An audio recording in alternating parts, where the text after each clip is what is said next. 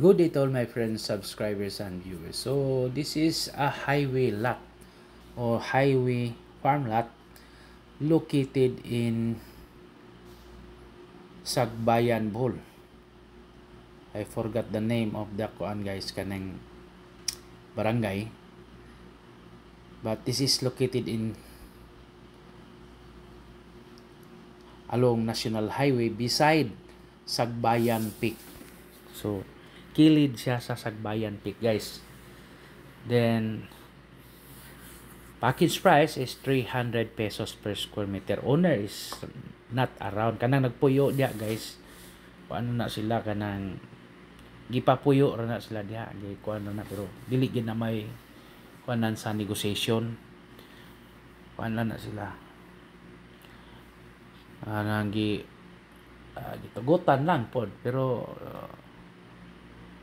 wala mo kuan nila, wala mo communicate nila regarding dire to ami sa direct sa owner which is now living in Mindanao.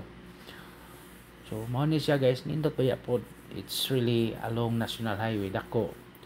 Then 1 hour drive from Tagbilaran City, 30 or less than 30 minutes drive from Tubigon, Bohol Seaport. So kini guys, kung mo inquire ni, let me know lang kay ato sang ibalik og contact ang owner kay magpahibalo ta before we are going to have a site inspection. So pahibalo ta kay kini dire man na sila sa daplin kay murag gitagaan sila chance maka develop dito skilled pero dili na gid sa yuta. Murag na sila ikuan gamay pero okay lang, at least pwede pa siya dako man ang yuta. So